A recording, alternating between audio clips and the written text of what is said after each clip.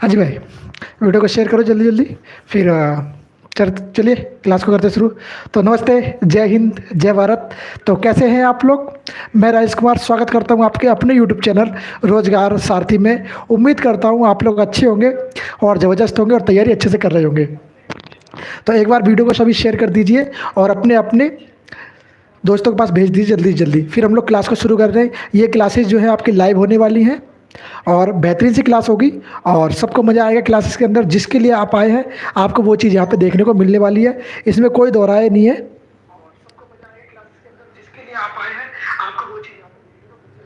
इसमें कोई दो राय नहीं है कि आप इससे कन्फ्यूजन रहेंगे, नहीं रहेगा, कोई डाउट नहीं रहेगा आपका। जो जिस चीज़ के लिए आए आपको वो चीज़ यहाँ पे देखने को मिलने वाली है। कल से हम लोग लाइटिंग वगैरह का व्यवस्था और अच्छे से कर देंगे, सारी चीज़ें आपके लिए फैसिलिटी अच्छी रहेगी। तो जैसा कि आप सब आए हैं जिस चीज़ के लिए, दिल्ली पुलिस 2025 हिस्ट्री का सिलेबस आपका चल रहा है और उसमें आज हम लोग बात करेंगे गयासुद्दीन बलबन के बारे में। कौन होगा भैया? दिल्ली सल्तनत का मुगल वंश में एक शासक जिसका नाम है गयासुद्दीन बलबन। गयासुद्दीन बलबन किसके बाद आया है दिल्ली सल्तनत पे? आप बोलेंगे भैया दिल्ली सल्तनत पे गयासुद्दीन बलबन जो आया है वो बहराम शाह के बाद आया। बहराम शाह, उसके बाद एक नसरुद्दीन शाह रहे हैं। हाँ जी, नसरुद्दीन शाह के बाद जो गद्दी पर आया वो है बहराम शाह, वो गयासुद्दीन बलबन। गयासुद्दीन बलबन के बारे में बात करेंगे आज सारी। एक ऐसा व्यक्ति जिससे लोग घृणा करते थे, कैसे वो बाद में शासक बन गया, कैसे दिल्ली की गद्दी पर बैठा, फिर क्या क्या उसने कार्य किए, क्या क्या उसने नीति अपनाई, कौन कौन से उसने प्रतिबंध लगाए, किन किन चीज़ों पर प्रतिबंध लगाए, सब चीज़ों की बात करेंगे विस्तार से इस वीडियो के अंदर। तो जुड़ जाइए सभी बच्चे और वीडियो को शेयर कर दीजिए अपने भाइयों के पास। तो चलिए क्लास की शुरुआत करते हैं। बेहतरीन से क्लास की शुरुआत होगी। एक मिनट रुकना, जरा मैं मार्कर ले लूँ।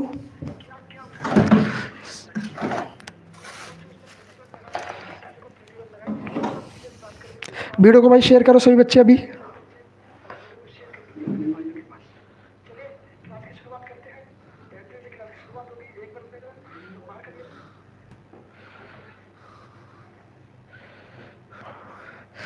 चलिए भाई आ जाइए वापस। आज आप लिखेंगे अपना, सबसे पहले आप अपना एक जिसमें आप नोट्स बनाते हो उसमें लिख लिए दिल्ली पुलिस।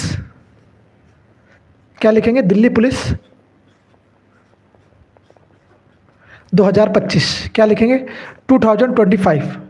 दिल्ली पुलिस 2025 में आज हम क्या करेंगे? हिस्ट्री को कवर कर रहे हैं। क्या कर रहे हैं? हिस्ट्री। ये जो क्लासेस होगी आपकी बाइलिंगुअल होने वाली है। कैसी रहेंगी मेरे भाई? आपकी क्लासेस जो होंगी बाइलिंगुअल होंगी। तो आप लोग लिख लीजिए इतिहास। हिंदी वाले लिख लेंगे हिंदी।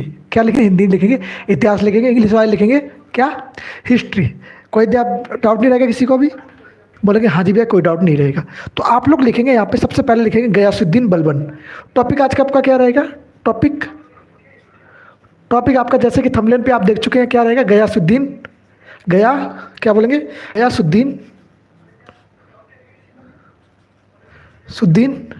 बलबन। कौन रहेगा भाई साहब? गयासुद्दीन बलबन।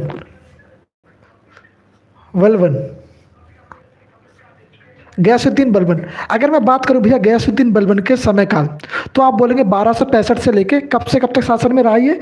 तो 1265 से लेके 1287। कब शासन किया इसने? 1265 से लेके 1287 के मध्य इसने शासन किया। तो लिखेंगे आप एक बार 1265 से 1287।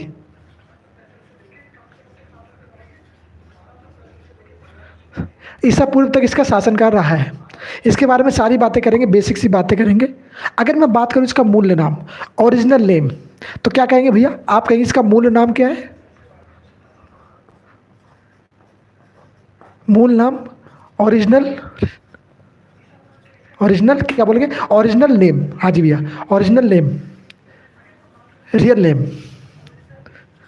या बोले आप रियल नेम। असली नाम इसका क्या रहेगा? तो आप कहेंगे जो असली नाम इसका होगा बाहुद्दीन। क्या कहेंगे? वाहुद्दीन जो है इसका रियल नेम होने वाला है। किसका? आप बोलेंगे गयासुद्दीन बलबन का रियल नेम वाहुद्दीन होने वाला है। वीडियो को शेयर करो एक बार। वाहुद्दीन। क्या बोलेंगे मेरे भाई? इसका रियल नेम जो होगा वो क्या होगा? वाहुद्दीन। इसका रियल नेम है। किसका रियल नेम है?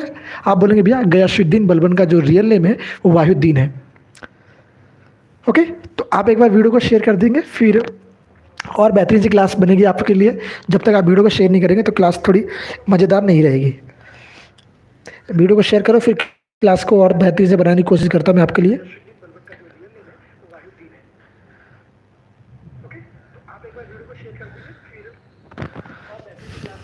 चलो बात करें आगे इसका शासनकाल।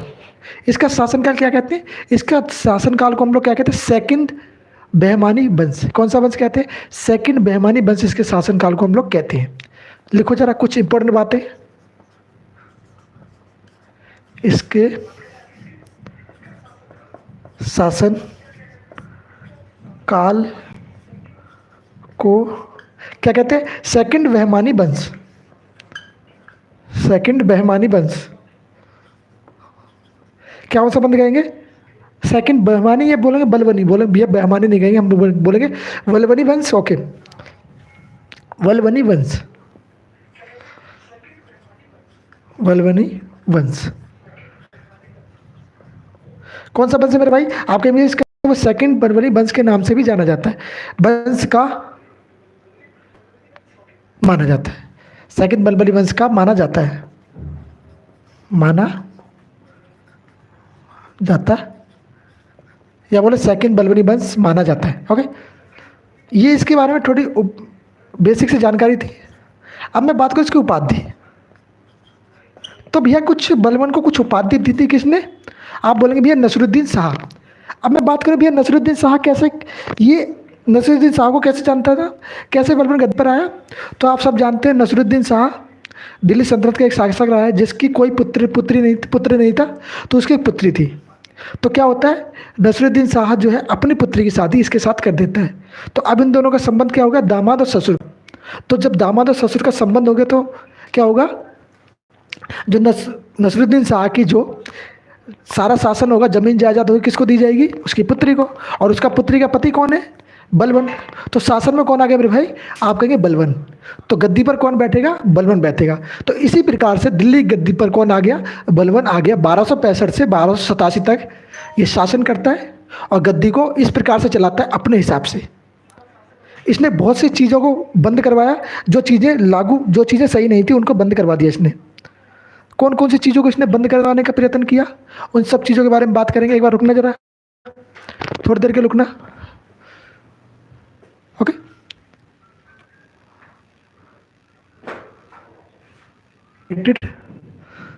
Now it's connected now.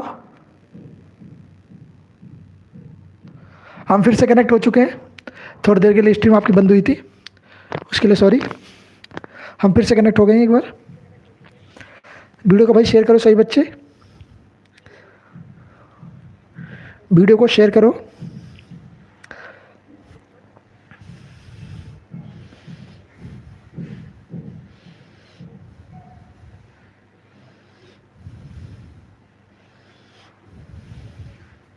Okay भाई, वीडियो को शेयर करो जल्दी। चले आ जाओ, वापस आ जाओ। क्या कहेंगे? उपाधि। इसकी कुछ उपाधियां हैं जिनके बारे में जानेंगे। जैसे कि एक उपाधि की बात करूँ, उलुग खां। कौन सी उपाधि है? उलुग खां की उपाधि। तो उलुग खां की उपाधि इसको किसने दी थी? आप बोलेंगे भैया गयासुद्दीन ने। किसने दी थी? गयासुद्दीन ने दी थी, गयासुद्दीन ने दी थी या फिर नसरुद्दीन शाह ने दी थी? बोलेंगे भैया उलुग खां की जो इसको उपाधि है वो नसरुद्दीन शाह ने दी। उलुग खां किसकी उपाधि मेरे भाई? उलुग खां की उपाधि नसरुद्दीन महमूद ने दी। किसने दी? नसरुद्दीन महमूद ने। लिखना जरा, आप लिखेंगे कि भैया नसीरुद्दीन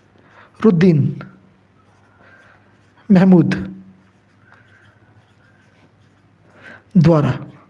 अगर मैं बात करूं यहाँ दोस्त कि उलुग खां की जो उपाधि है बलबन को किसने दी, तो आप बोलेंगे भैया उलुग खां को जो बलबन की उपाधि बलबन को दी, वो किसने दी?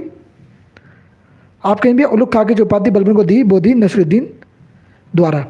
नसरुद्दीन शाह ने इसको उलुग खां की उपाधि दी थी। क्लियर? यहाँ तक बोलेंगे हाँ जी भैया क्लियर। अब मैं बात करूँ क्या इसकी दूसरी उपाधि भी कुछ है, तो सुनो। इसकी दूसरी एक और उपाधि जिसको हम लोग किस नाम से जानते हैं, आप बोलेंगे जिले इलाही। जिले इलाही उपाधि। कौन सी उपाधि मेरे भाई? बोलो जरा, तुम बोलो। जिले इलाही। तो क्या कहेंगे? जिले इलाही। जिले इलाही कौन सी उपाधि रहेगी भाई मेरे? आप बोलेंगे भैया जिले इलाही। जिल्ले इलाही जो उपाधि है इसको किसने दी? तो जिल्ला इलाही का मतलब क्या होता है? ईश्वर की छाया में रहने वाला, ईश्वर की छाया, ईश्वर की छाया। क्या कहेंगे? जिल्ले इलाही का अर्थ क्या होता है? आप कहेंगे जिल्ले इलाही का अर्थ होता है ईश्वर की छाया। तो जरा देखना सामने से आराम से, खाली नहीं, नीचे वाला अनिल मामा। एक मिनट, कॉल रिकॉर्डिंग कर रहे हैं, अभी लाइव है। अभी रिकॉर्डिंग कर रहे थे। कौन सा क्लास, कौन सा है वो? ये नीचे वाले खाली होगा, लेकिन सैंपल में ये दिखाते हैं।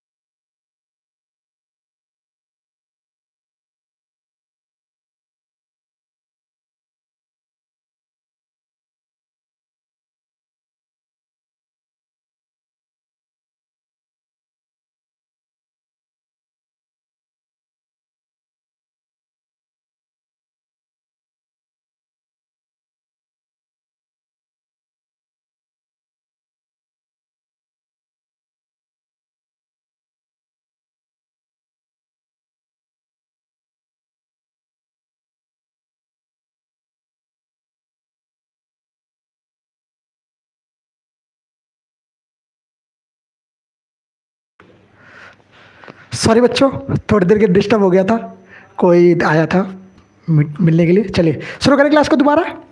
आ जाओ भाई, देखते हैं, बात करते हैं हम लोग किसके बारे में बात करें? गयासुद्दीन बलबन। गयासुद्दीन बलबन जो कि दिल्ली गद्दी पर शासन किया है। आप बोलेंगे भैया कब से? 1265 से लेकर 1287 के मध्य में, 1265 से 1287 के मध्य में दिल्ली गद्दी पर शासन करता है और बड़ा ही क्रूरता से शासन करता है और अच्छा भी शासन रहा है इसका। अब ये क्रूरता से और अच्छा शासन कैसे रहा है, सारी कुछ बातें करेंगे इसके अंदर, विस्तार से जानेंगे। तो चलिए शुरू करते हैं। आप इतनी बातें जान चुके हैं, क्या इसका नाम क्या हो, मूल नेम इसका क्या है? बायुद्दीन। उसके बाद मैं बात करूँ इसके शासनकाल के, को हम लोग क्या कहते हैं? सेकंड बलबनी वंश कहते हैं। ओके, उसके बाद क्या कहेंगे? इसकी कुछ उपाधि हैं, जैसे उलुग खां की उपाधि। किसने दी इसको उलुग खां की उपाधि? आप बोलेंगे भैया नसरुद्दीन द्वारा दी गई, नसरुद्दीन महमूद, जो कि इसका ससुर भी है। क्या है? इसका एक प्रकार से ससुर भी है। फिर मैं बात करूँ जिले इलाही, ईश्वर की छाया। इस जिले इलाही का मतलब क्या होता है? ईश्वर की छाया, ये इसकी एक उपाधि है। चलिए यहाँ तक क्लियर है। तुर्के चैलगानी। अब सबसे महत्वपूर्ण बात यह आती है भैया, एक रजिया सुल्तान थी, रजिया सुल्तान का पिता था जिसका नाम इल्तुतमिश। क्या कहते हैं? रजिया सुल्तान थी और रजिया सुल्तान का एक पिता था जिसका नाम है इल्तुतमिश। इल्तुतमिश ने एक 40 अमीरों के गुलामों, 40 अमीरों का दल को शुरुआत करी थी जिसका नाम था, क्या बोलेंगे आप? बोलेंगे क्या बोलेंगे? तुर्क चैलगामी, तुर्क चैलगानी। ये 40 अमीरों का दल शुरुआत करी थी। अब क्या हुआ, जो बलबन जो है इससे बड़ा क्रोधित होता था, बड़ा चिढ़ता था इन अमीरों से। तो बलबन ने क्या कहा? मैं जब शासक बनूंगा तो इनको निकाल दूंगा। तो जब बलबन शासक बना तो इसने क्या किया? जो तुर्क चैलगानी था उसको खत्म किया, उसका विनाश किया। तो क्या करेंगे आप? लिखना अब जरा, तुर्क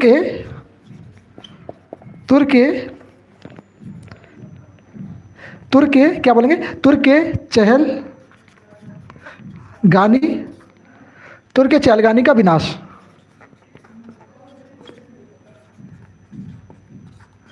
क्या कहेंगे मेरे भाई?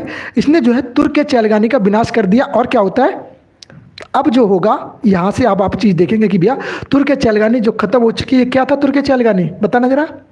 40 अमीरों का दल। क्या कहेंगे? यहां पे लिखना आप, 40 अमीरों का ग्रुप, अमीरों का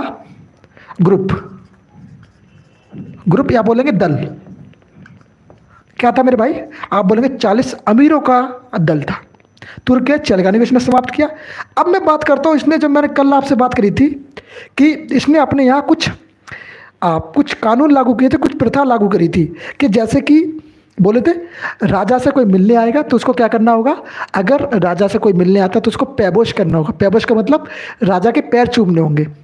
पैबोश प्रथा इसने लागू करी अपने यहाँ। कौन सी प्रथा? पैबोश प्रथा। और क्या बोलेंगे? सिजदा प्रथा। तो लिखे सिजदा। कौन कौन सी प्रथा लागू करी मेरे भाई? सिजदा, पैबोश, क्या बोलेंगे? पैबोश, सिजदा प्रथा, पैबोश प्रथा शुरू करी, शुरू की। ओके, शुरू की।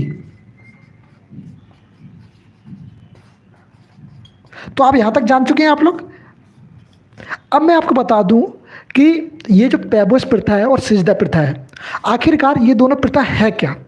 पैबोश प्रथा और सिजदा प्रथा। तो वीडियो को भाई एक बार शेयर करो, सभी बच्चे एक बार वीडियो को शेयर कर दो जल्दी जल्दी।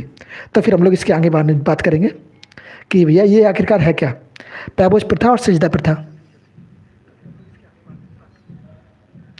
है जी।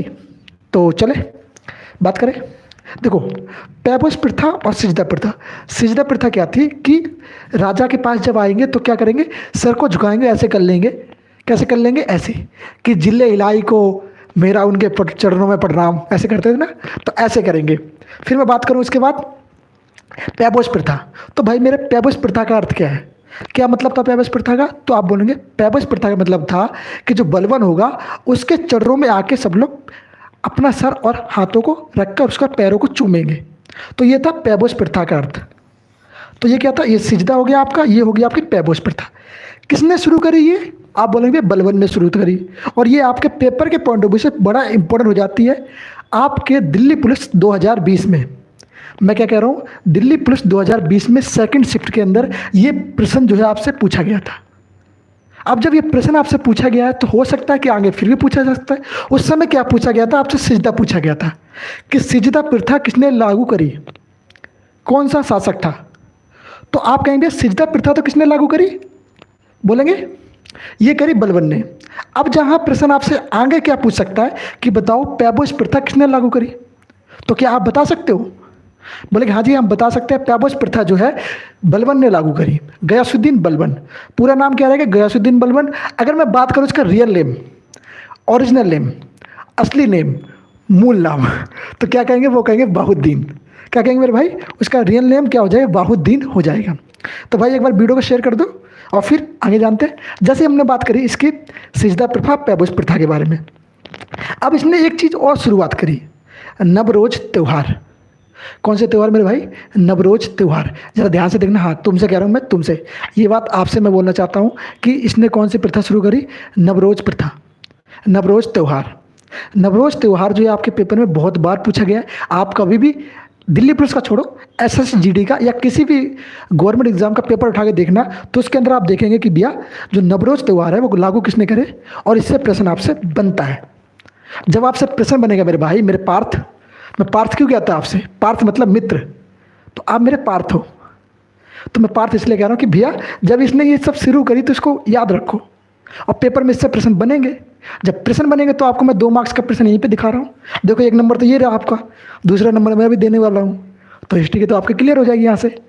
बोलेंगे अभी नहीं होगी सर, अभी तो और करनी है, अभी तो और करनी है। तो क्या करेंगे? यहाँ से लिखेंगे। आप कहेंगे भैया नवरोज त्यौहार, नवरोज त्यौहार, नवरोज त्यौहार बोले है ना? त्यौहार बोलेंगे ना? हाँ जी, त्यौहार। त्यौहार की शुरुआत करी, हाँ जी भैया। तो लिखेंगे भैया नवरोज त्यौहार की शुरुआत किसने करी? नवरोज त्यौहार शुरू किए, शुरू। और क्या किया भैया इसने? और कुछ किया है मेरे भाई? बोलेंगे और कुछ किया है। तो इसने कुछ इंपॉर्टेंट चीज़ें और जानो। इसने एक विभाग का निर्माण किया था, गुप्तचर विभाग। इसने अपने यहाँ पर ना कुछ ऐसी ऐसी चीज़ें लागू कर दी जिससे इसके यहाँ पर क्राइम का रिकॉर्ड 0 हो गया था। क्या हो गया था? क्राइम रिकॉर्ड 0 हो रहा था। अच्छा जी, ऐसी ऐसी चीज़ इसने लागू करी। हाँ जी, अपने यहाँ पर ये चाहता था क्राइम रिकॉर्ड 0 हो।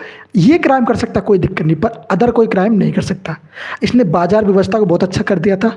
अगर बाजार में कोई चीज़ों को कम तोलता है तो उसको सज़ा दी जाएगी। क्या दी जाएगी? उसको सज़ा दी जाएगी। तो इसने बाजार व्यवस्था में इतनी अच्छी चीज़ लागू कर दी। उस समय इसने चीज़ें तो बहुत सारी अच्छी लागू करी थी, पर कुछ चीज़ें इसकी खराब भी रही हैं जो अन्य लोगों के लिए बड़ी खतरनाक साबित हुई। क्या हुआ मेरे भाई, अन्य लोगों के लिए बड़ी खतरनाक साबित हुई। ओके, मैं बात करूं गुप्तचर विभाग इसने बनाया। जो गुप्तचर विभाग क्या करता था, वो पता करता था कि कोई जो व्यक्ति है, कोई अन्य लोग हैं या कोई भी है, राजा के खिलाफ कुछ ऐसी रणनीति तो नहीं बना रहा। जैसे इन 40 गुलामों में, ये मैंने बोलता है तुर्क के चैलगा ने जब इसने ख़त्म किया, जब ख़त्म करेगा किसी चीज़ को तो लोग तो इससे क्या होते हैं, क्रोधित बैठे थे। किससे, बलबन से, सॉरी, जब बलबन से क्रोधित बैठे हैं तो इसके लिए कुछ ना कुछ तो प्लानिंग बना रहे होंगे वो लोग। तो इसने क्या कहा, इसने कहा एक मैं विभाग बनाऊंगा, गुप्तचर विभाग, वो मेरी निगरानी रखेगा, वो गुप्तचर रहेंगे हमारे। जैसे आप जानते हो ना अभी सीबीआई वगैरह होती है ना, तो जो गुप्तचर विभाग होते हैं, रॉ वगैरह, ये कैसे होते हैं, गुप्तचर विभाग है ये सारे, है ना। तो यही था एक गुप्तचर विभाग। तो इसने किसका निर्माण करवाया, बोलेंगे भैया गुप्तचर विभाग का। मैं सोचता हूँ आपको कि इतना अच्छे से क्लियर करा दूँ जिससे आपको कहीं और से पढ़ने की आवश्यकता ना पड़े। विभाग, अच्छा, गुप्तचर विभाग का नाम, ओके, इसका गुप्तचर विभाग का नाम, सॉरी क्या किया इसने, गुप्तचर विभाग बनाया। अब उस समय गुप्तचर विभाग का नाम क्या था, प्रश्न तो ये बनता है ना भैया, पेपर में अगर ये नाम ना पूछा गया, गुप्तचर ना पूछा गया, तो अन्य नाम तो कुछ होगा ना इसका। उस समय नाम क्या रखा था, तो नाम क्या था इसका, सुनो जरा, दिख रहा है ना सबको भाई, अगर बताना जरा दिख रहा है कि नहीं दिख रहा है।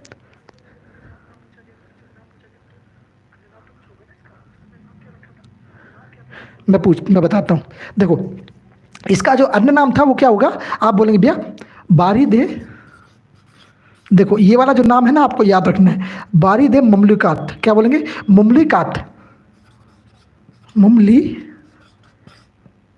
मुमलिक, सॉरी, बारिद मुमलिक, ये इसका अन्य नाम था। किसका अन्य नाम था, आप बोलेंगे भैया गुप्तचर विभाग का जो है अन्य नाम क्या था, बारिद ममलूक।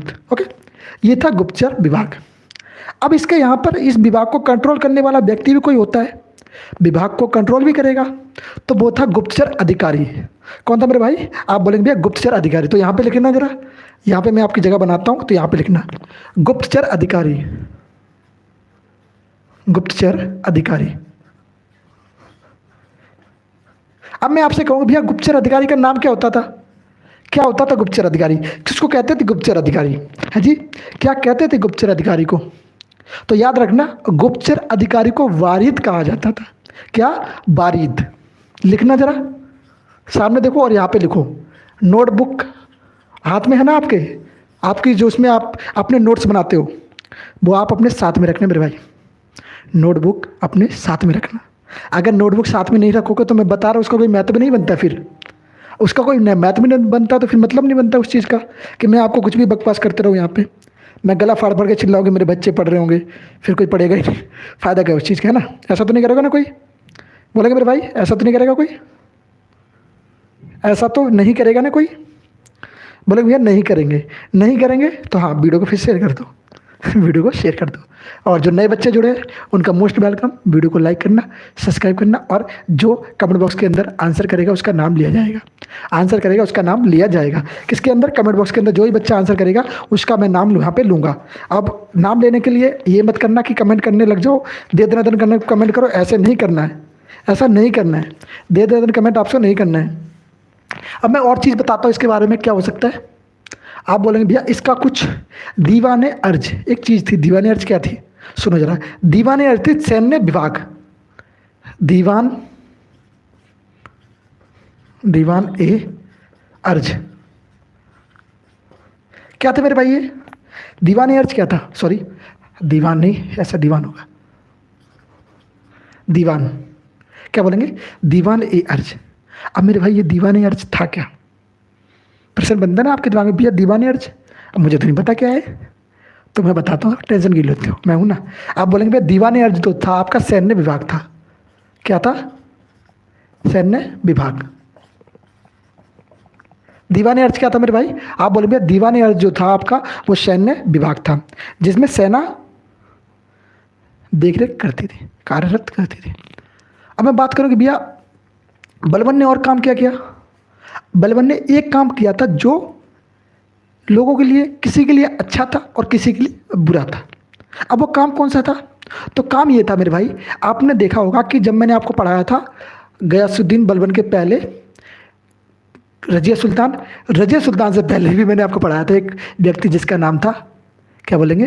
आप बोलेंगे रजिया सुल्तान के पिता जिसका नाम है इल्तुतमिश। इल्तुतमिश जिसे हम दिल्ली सल्तनत का वास्तविक नहीं सॉरी गुलाम वंश का वास्तविक संस्थापक कहते हैं। ओके, तो आप सब जानते हैं इल्तुतमिश ने एक प्रथा लागू करी थी, एक चीज़ लागू करी थी कि जो सेना है उसके यहाँ पर सेना को क्या है, नगद वेतन के स्थान पर जमीन का टुकड़ा दिया जाएगा। नगद वेतन के स्थान पर क्या, जमीन का टुकड़ा दिया जाएगा।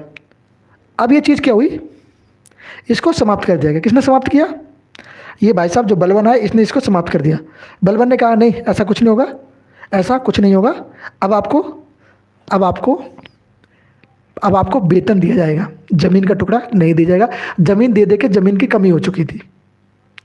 जो आए, जो सेना आए उसको ज़मीन दे दो, जो आया उसको ज़मीन पकड़ा दो। कोई ब्राह्मण आया, मैं उनका कोई बड़ा व्यक्ति आया तो उसको ज़मीन दे दो।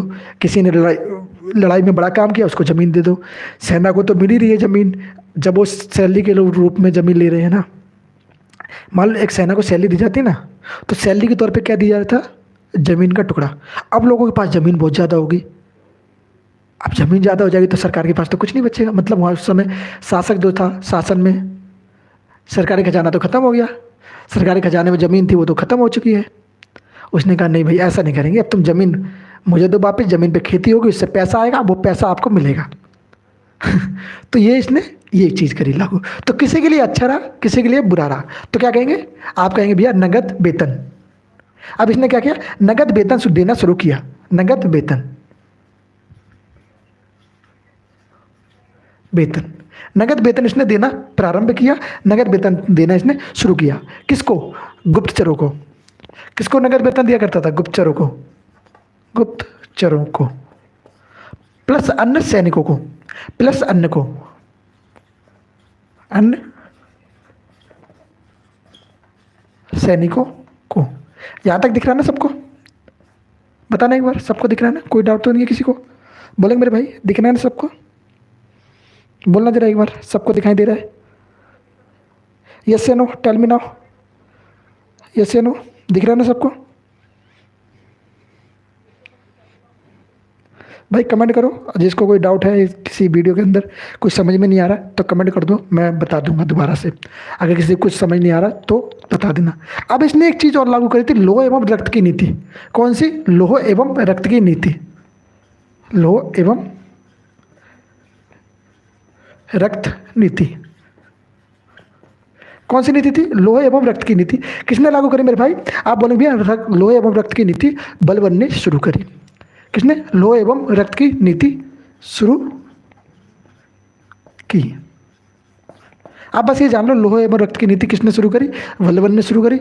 इससे पेपर में प्रश्न बनता है। मैं जो जो इम्पोर्टेंट है वो मैं आपको बताते जाता हूँ। बाकी इम्पोर्टेंट तो सारा है, पर जो पेपर में आया हुआ है ऑलरेडी उनको मैं दोबारा आपको इसलिए बता रहा हूँ कि थोड़ा फोकस करना कि जो मैं पढ़ा रहा हूँ वो सारी इंपॉर्टेंट चीज़ें हैं। ऐसा वैसा नहीं पढ़ा रहा हूँ मैं, जो भी पढ़ा रहा हूँ वो सारी इंपॉर्टेंट है और जो पेपर में आने लायक है, जिनकी संभावना 90% है। 10% मैं नहीं कहता कि नहीं है, पर 90% इनकी संभावना है। अब मैं ये नहीं कहूँगा एक ही टॉपिक से प्रश्न आ जाएंगे, पेपर आ जाएंगे, नहीं, पर इसमें से एक तो आएगा कम से कम। अब आप कहोगे भैया एक के लिए हम इतनी मेहनत क्यों करें? तो सोचना मेरे भाई कि एक जो नंबर है ना बड़ा महत्वपूर्ण हो जाता है। एक नंबर से बच्चों के सिलेक्शन रुके हैं, क्या आप उसमें शामिल होना चाहते हो? बोलेंगे नहीं भैया हम तो ऐसा नहीं करेंगे। तो नहीं करोगे ना तो भाई इसको एक नंबर जो है ना आपका यहाँ से पढ़ो, फोकस से पढ़ो, क्योंकि एक नंबर जो चला गया ना आपका, फिर आप एक साल बर्बाद होता है। एक नंबर आपका मतलब एक साल बर्बाद, एक साल मतलब एक पीढ़ी बर्बाद। अगर आप सिलेक्शन नहीं ले पाए तो बहुत तकलीफ होगी भाई। तो उस तकलीफ से बचने के लिए अभी मेहनत कर लो, बाद में तकलीफ नहीं होगी। ओके, तो उस तकलीफ से बचने के लिए अभी मेहनत कर लो, बाद में तकलीफ नहीं होगी। चलिए शुरू करते हैं, दोबारा से वापस आ जाइए। सॉरी अगर जोर से आवाज़ आएगी तो। अच्छा, अब मैं बात करूँ, इसने अपना दरबार भैया बनवाया। तो दरबार जब इसने बनवाया तो किस पद्धति में इसने अपना दरबार का निर्माण करवाया? तो आप कहेंगे इसने जो अपना दरबार का निर्माण करवाया वो थी फारसी पद्धति। किस पद्धति में? देखो घर का मकान बनता है वो भी एक पद्धति बनता है, किसी मंदिर का डिजाइन बनता है वो भी एक पद्धति बनता है ना। आर्किटेक्चर होता है ना, तो किसी का घर बनेगा, किसी की मस्जिद बनेगी, कुछ भी बनता है ना, तो एक उसमें बाकायदा उसमें एक तरीके से बनता है, उसमें एक पद्धति होती है उसको बनाने की। अपनी संसद जो बनी है उसमें भी अलग पद्धति का उपयोग किया गया है। बताना जरा उसमें कौन से इसका। अब मैं तो आपसे आंसर पूछता हूँ कि भारत की जो संसद है किसने बनाई है? नई वाली, पुरानी की बात नहीं कर रहा, नई वाली की। और इसमें कौन सी पद्धति का प्रयोग किया गया है, किस पद्धति के ऊपर वो बनाई गई है? कमेंट में मुझे इसका आंसर दो जरा, मैं पूछ रहा हूँ आपसे, कमेंट में मुझे इसका आंसर दो। फारसी,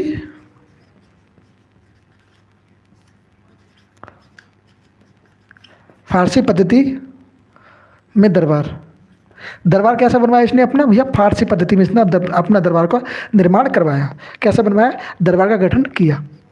फारसी पद्धति में दरबार का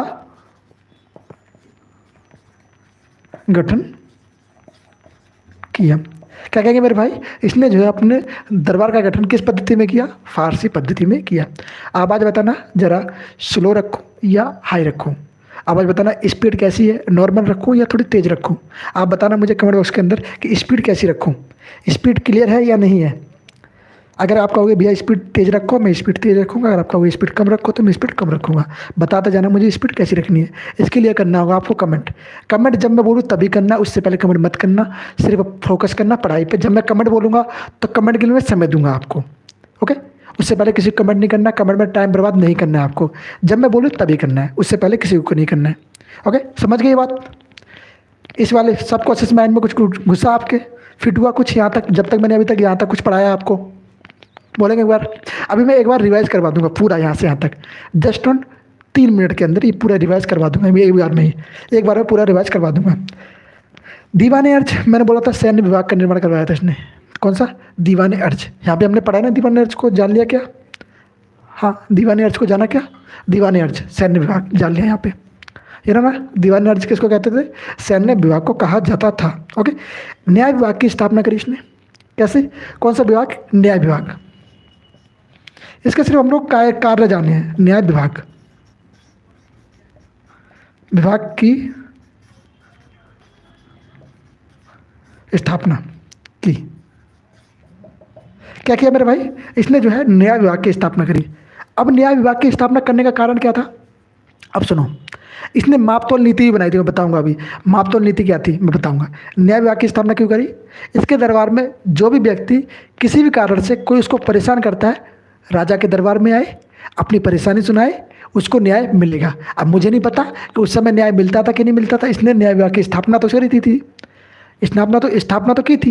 अब मिलता था न्याय कि नहीं मिलता था मुझे नहीं पता, आपको भी नहीं पता, ना मैं उस समय था ना आप उस समय थे।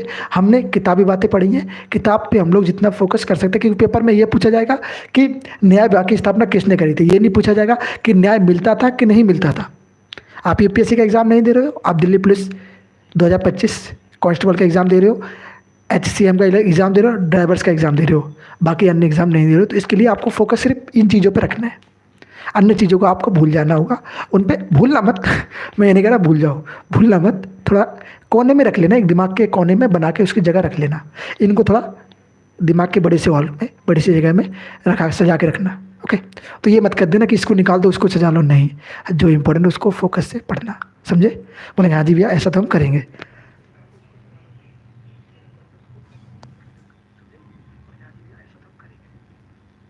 करोगे ना मेरे भाई? बोलेंगे एक बार?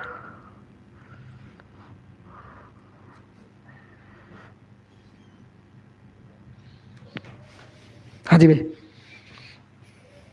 आ जाओ वापिस। चलो, क्या हुआ? न्याय विभाग की स्थापना इसने कर दी। 1739 में बंगाल विद्रोह। क्या हुआ? 1739, सॉरी 39 नहीं 89, सॉरी 1200, हाँ 79, 1279 में क्या हुआ? 1279 में लिखो जरा। 1700 की बात कर रहा हूँ मैं, 1700 अभी आया भी नहीं है, अभी तो मुगल भी नहीं आए हैं ना।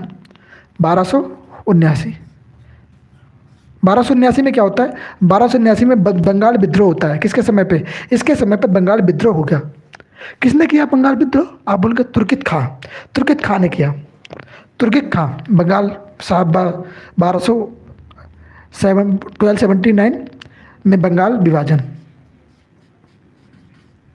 बंगाल विभाजन, विभाजन बोलेंगे विद्रोह बोलेंगे भैया? विद्रोह बोलेंगे, विभाजन क्यों बोल रहे हो? अभी तो बंगाल विभाजन हुआ भी नहीं है। विद्रोह, ओके। कब हुआ भैया? 1279, ओके। 79 में। ओके, बंगाल विभाजन। अभी बंगाल विभाजन किया किसने था? तो बोलेंगे भैया तुगरक खां। कौन था बंगाल विभाजन करने वाला? तुगरक खां था। तुगरक खां की तरफ से बंगाल विभाजन किया गया। और विभाजन आ रहा है विद्रोह, विद्रोह, विद्रोह, बार बार विभाजन आ जाता है, विद्रोह। ओके, तो किसने किया? तुगलक खान ने बंगाल विभाजन किया। कब किया मेरे भाई? बोलेंगे एक बार 1200, बोलेंगे 1279 में। ओके, क्लियर यहाँ तक? क्लियर? यस या नो? थंब का इस निशान बनाएंगे, मुझे एक बार मुझे जवाब देंगे कमेंट बॉक्स के अंदर, यस या नो। फिर हम लोग बात करेंगे इसके निर्माण कला के बारे में, इसने क्या क्या चीज़ का निर्माण किया। तो मैं इसको एक बार मिटा दूँ, इसको मैं क्लियर कर दूँ, फिर इसके बाद निर्माण कार्य के बारे में बात करते भैया इसने क्या क्या निर्माण किया। तो तब तक आप लोग चैनल को लाइक कर दो, शेयर कर दो, सब्सक्राइब कर दो, जब तक मैं यहाँ पे मिटाता हूँ। ओके, फिर हम लोग बात करेंगे इसकी भैया आगे के बारे में, किसने और क्या क्या कार्य किए। इससे पहले मैंने आपको कल पढ़ाया था रजिया सुल्तान के बारे में, बड़ा बेहतरीन सी क्लास थी वो वाली, जरा जाके देखना एक बार उस क्लास को। बहुत अच्छे से मैंने इसको समझाया रजिया सुल्तान को उस वीडियो के अंदर, कि रजिया सुल्तान ने कैसे कैसे शासन किया, कैसे उसके विद्रोह में आ गए, उसका विद्रोह करने लगे। सारी बातें रजिया सुल्तान के बारे में उस वीडियो के अंदर हम लोगों ने कवर करी हैं। तो ज़रा एक बार देख के आना उस वाली वीडियो को, तो आप लोग इस वाली वीडियो जब आओगे ना तो थोड़ा समझ में आएगा आपको कि हाँ भैया ने क्या क्या बताया था।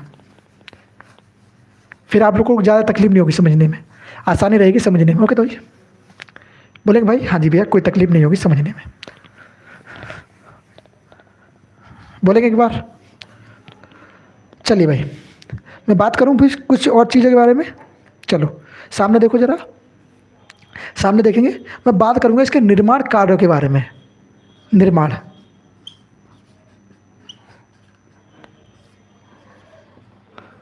क्या कहेंगे मेरे भाई? निर्माण कार्य। किसके निर्माण कार्य? वलवन के निर्माण कार्य। किसके? वलवन के। ओके, तो वलवन के निर्माण कार्यों के बारे में बात करेंगे हम लोग कि भैया वलवन ने कौन कौन से निर्माण कार्य किए, क्या क्या उसने निर्माण किए थे, और क्या क्या हमारे लिए इंपॉर्टेंट जिसको हमें याद रखना होगा। मैं आपको बताते जाऊंगा क्या क्या इंपॉर्टेंट है, उनको आपको याद रखना होगा। तो वो मैं बोलते जाता हूँ, आप करते जाना। लिखो, लाल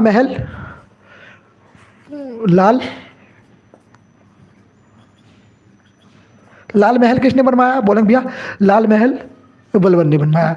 सीरी का किला, कौन सा किला? सीरी का किला। सीरी का किला, सीरी का किला किसने बनवाया मेरे भाई? आप बोलेंगे बलबन ने बनवाया, बलबन ने बनवाया। ओके, अब मैं बात करूं कुछ और चीज़ों के बारे में। तो इसके समय पे एक आक्रमण हुआ जिनको हम कहते हैं मंगोलों का आक्रमण। मंगोलों ने इसके समय पे आक्रमण किया कब? 1279 से लेकर 1285 के मध्य। 1279 से 1285 के मध्य किसने आक्रमण किया भैया? 2 बार। किसने इस पर 2 बार आक्रमण किया है? तो 79 में मध्य में, 85 में 2 बार मंगोल आक्रमण, 2 बार मंगोलों का आक्रमण। मंगोलों के आक्रमण भैया, मंगोलों में आया कौन था? मंगोलों में आक्रमण करने आया कौन था? तो आप सब जानते हैं चंगेज खां। चंगेज खां था ना मंगोल की तरफ से। हाँ जी भैया, तो चंगेज खां, आप लोगों ने चंगेज खां को 12वीं क्लास में पढ़ा होगा, 12th में आप लोगों ने चंगेज खां को पढ़ा होगा बड़े विस्तार से, कि भाई चंगेज खां कैसे भारत आता है, एक दर्जे से आता है, भारत प्रवेश करता है ऊपर, हाँ चीन से ऊपर, चीन से होते हुए भारत के अंदर आता है, भारत में 2 बार आक्रमण करता है। ये दिल्ली पर इसका कौन सा बोलेंगे? दिल्ली पर इसका कौन सा आक्रमण था? बोलेंगे दिल्ली पर दूसरा आक्रमण था इसका। ओके, दिल्ली पर पहला, दिल्ली पर पहला। ओके, तो दिल्ली पर इसका पहला और भारत पर दूसरा। बोले दिल्ली पर पहला, भारत पर इसका दूसरा आक्रमण था ये वाला। वीडियो को एक बार शेयर कर दो जो सही बच्चे।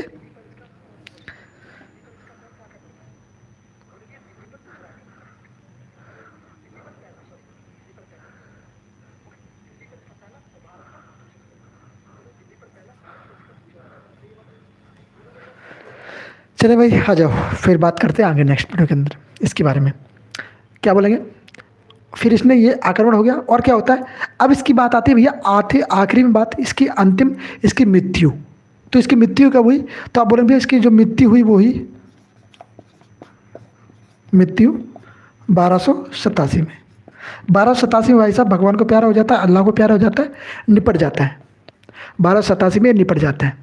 अब मैं एक थोड़ी देर में आपको पूरा रिवाइज करवाता हूँ बलबन को। तो चलिए शुरू करें बलबन को रिवाइज थोड़ी देर में।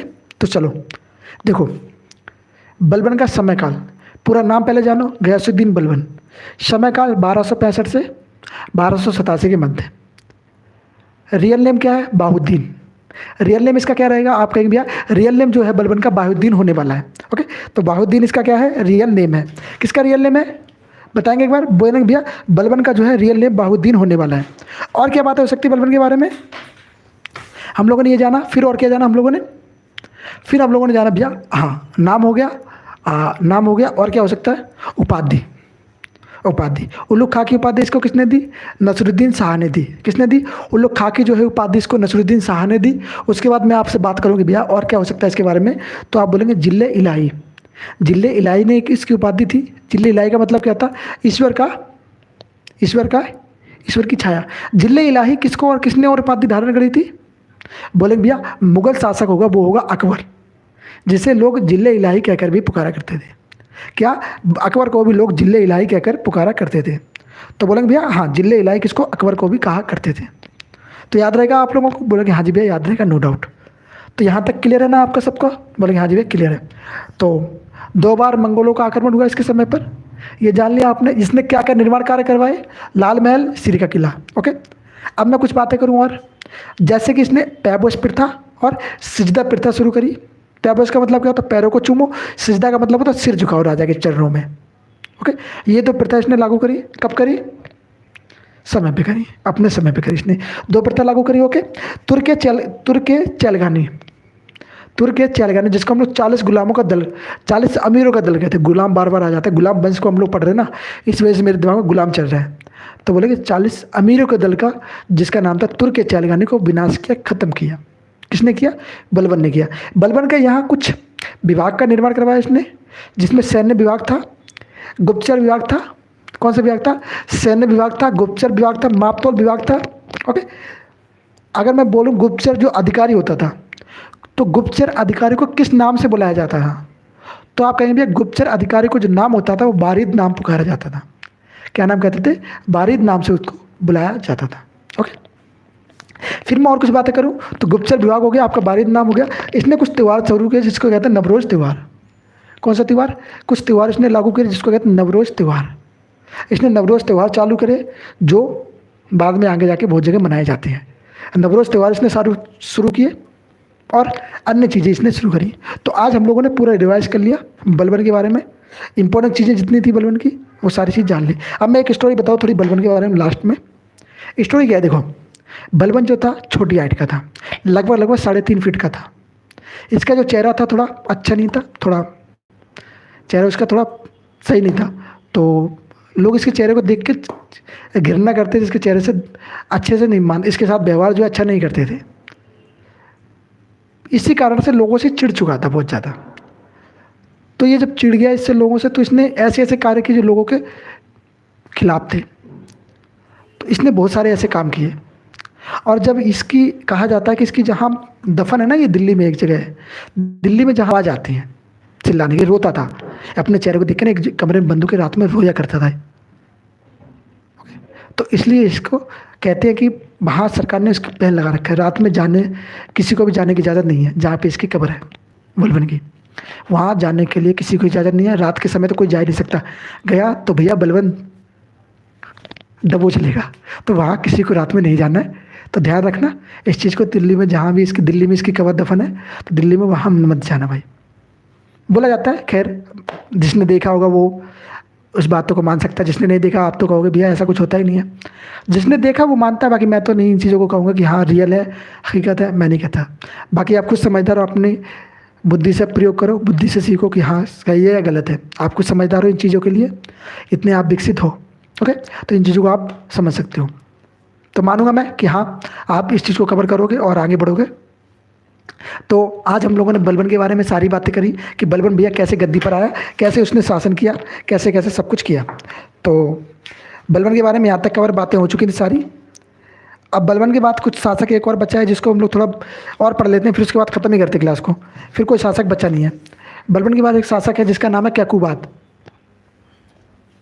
थोड़ा यहीं पे जान लो कैकुबाद के बारे में, आप पे जान लो। चलो यहाँ पे जान लो। एक शासक है जिसका नाम है, बलबन के बाद जो शासक आता है उसका नाम है कैकुबाद।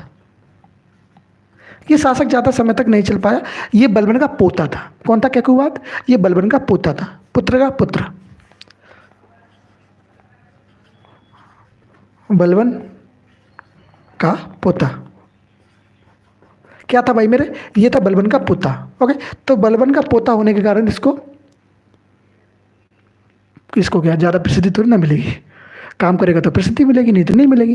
ओके, तो इसको क्या हुआ, इसने क्या किया, किला खीरी का किला बनवाया था इसने। इसको इसलिए जाना जाता है कि इसने किलो खीरी का किला बनवाया था इसने। तो कौन सा किले के लिए जिसको जाना जाता है? आप बोलेंगे भैया किलो खीरी का किला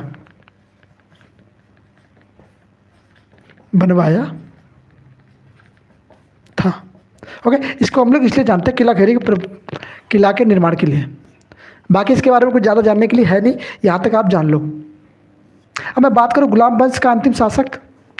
गुलाम वंश आज हमारा समाप्त हो जाएगा। इसके बाद हम लोग गुलाम वंश के अंदर कुछ नहीं पढ़ेंगे, फिर हम लोग आ जाएंगे खिलजी वंश के अंदर।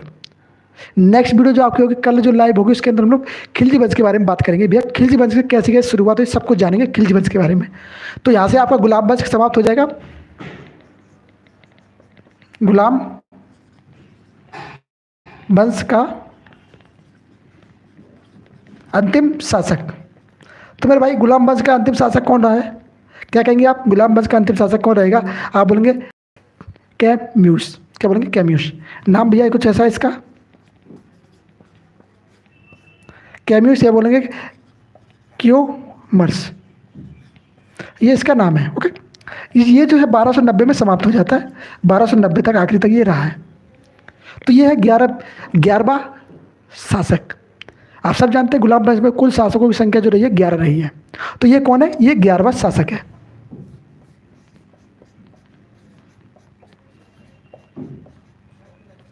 ग्यारहवां शासक गुलाम वंश का। ओके, अगर मैं बात करूं इसका मकबरा महरौली दिल्ली में स्थित है, इसकी मैं बात कर रहा था।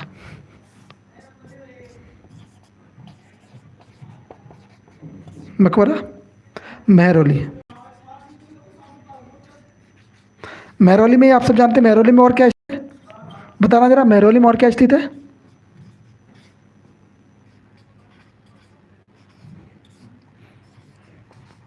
आप बोलेंगे महरौली में कुतुब मीनार स्थित है। क्या स्थित है महरौली के अंदर? बोलेंगे मेरे दोस्त, बोलेंगे भैया महरौली में जो है कुतुब मीनार भी वहीं पर स्थित है। तो चलिए आज की क्लास हम लोग यहीं समाप्त करते हैं और फिर मिलते हैं नेक्स्ट वीडियो में। इसी के साथ कि आप लोग पढ़ेंगे और अपने लक्ष्य को प्राप्त करेंगे। दिल्ली पुलिस में इस बार भर्ती लेके रहेंगे और अपने माता पिता का सपना साकार करके रहेंगे। तो चलिए मिलते हैं सभी से नेक्स्ट वीडियो के अंदर। नमस्ते, जय हिंद, जय भारत। हंसते रहिए, मुस्कुराते रहिए, पढ़ते रहिए। चलिए बाय।